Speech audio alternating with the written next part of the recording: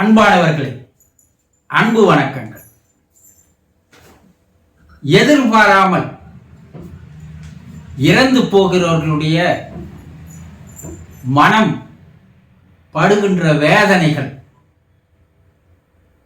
எண்ணில் அடங்காதவை, அளவிட முடியாதவை.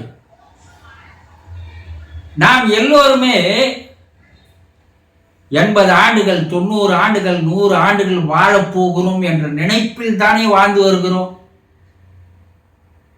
யாராவது நாளை இறந்து போக போகிறோம் என்று நினைப்பவர்கள் யாராவது இருக்கிறார்களா?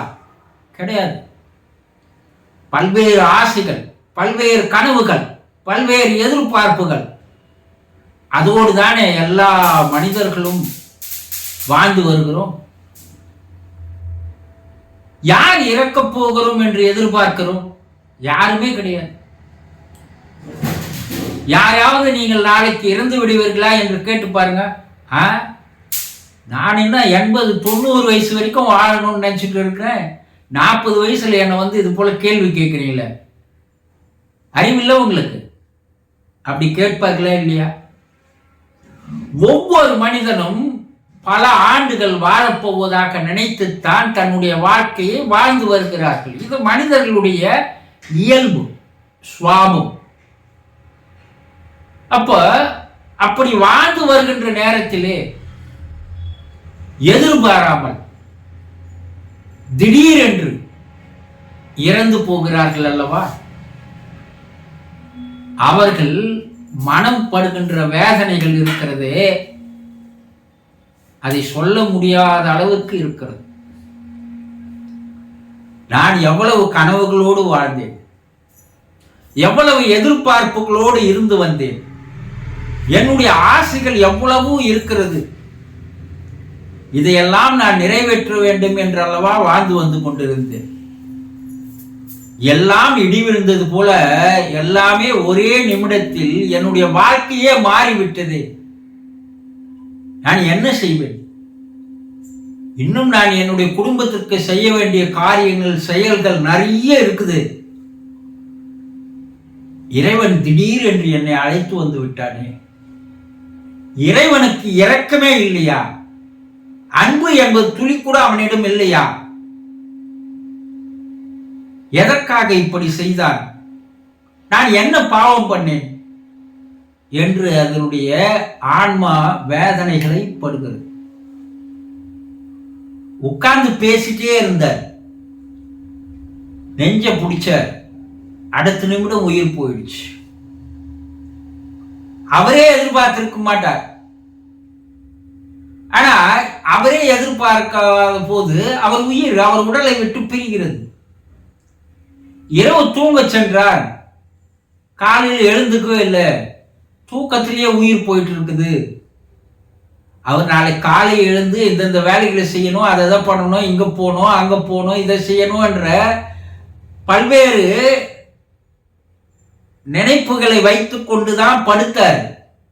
எழுந்துக்கவே இல்லையே. அவரே எதிர்பாராமல் தூக்கத்தில் அவருக்கு இறப்பு வரும் என்று அவர் கனவுல கூட கண்டிருக்க மாட்டார் இல்லையா?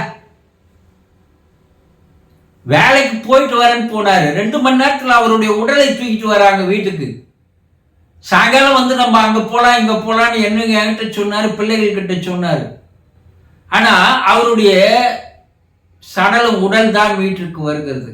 இப்போ ஆபீஸுக்கு போனவர், பல்வேறு எதிர்பார்ப்புகளோடு போனவர் நடுவழியிலே விபத்தில் இறந்து போகிறார். அவர் நினைச்சு பார்த்தாரா விபத்து நடக்கும், நம்ம இந்த நேரத்தில் இந்த இடத்துல இறக்க போகிறோம்னு? கிடையவே கிடையாது. இப்படி பல நிகழ்வுகள் எதிர்பாராமல் இறப்புக்கள் மனிதர்களுக்கு வருகிறது இல்லையா? அப்படி இறந்து போகிறவர்கள் மனம் எந்த அளவிற்கு வேதனைகளை போடும் பாருங்க. ஐயோ, நம்ம இதை செய்யணும்னு நினைச்சிட்டு இருந்தோமே, பெண்ணுக்கு கல்யாணம் பண்ணணும்னு நினைச்சிட்டு இருந்தோம், பெண்ணை படிக்க வைக்கணும்னு நினைச்சிட்டு இருந்தோம், பையனுக்கு கல்யாணம் பண்ணணும்னு நினைச்சிட்டு இருந்தோம், அதுக்குண்டான செயல்கள் காரியங்கள்ல ஈடுபட்டு இருந்தோம், பிள்ளைய பள்ளியில சேர்க்கணும்னு நினைச்சிட்டு இருந்தோம், வீடு கட்டணும்னு நினைச்சிட்டு இருந்தோம். இப்படி பல கனவுகளோடு வாழ்ந்து வந்த மனிதன்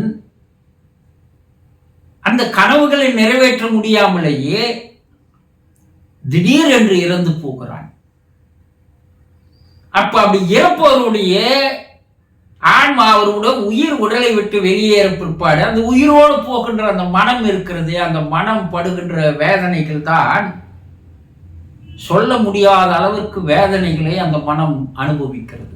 ஐயோ, என் மனைவியை நிர்கதியா விட்டுட்டு வந்துட்டேனே, பிள்ளைகளை தனியா விட்டுட்டு வந்துட்டேனே, அனாதி ஆக்கிட்டேனே, இறைவன் என்னை அவர்களிடம் பிரித்து விட்டானே, என்னுடைய கணவனை பிள்ளைகளை விட்டு விட்டு வந்து விட்டேனே என்று மனைவினுடைய மனம், இறந்த மனைவினுடைய மனம் வேதனைப்படுகிறது.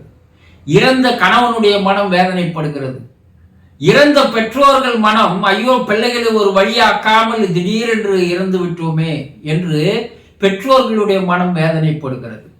இறந்து போன பிள்ளைகள், ஐயோ தாய் தகப்பனோடு வாழ முடியவில்லையே, அவர்களுடைய பாசத்தை அன்புக்கு நாம் பாத்திரமானவர்களாக இருந்தோமே, இப்போ அந்த அன்பு கிடைக்காத போய்விட்டதே என்று அந்த பிள்ளைகளுடைய ஆன்மா வேதனைப்படுகிறது.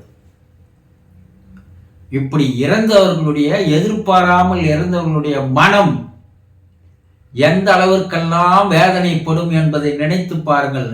அதை விட 1000 கணக்கான மடங்குகள் அவர்கள் வேதனையில் துடித்துக் கொண்டிருக்கிறார்கள், வேதனையிலேயே வாழ்ந்து வருகிறார்கள்.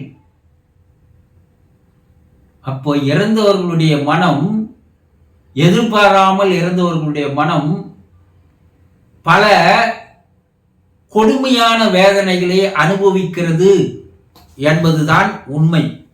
புரிந்து கொண்டீர்களா? சந்தோஷம்.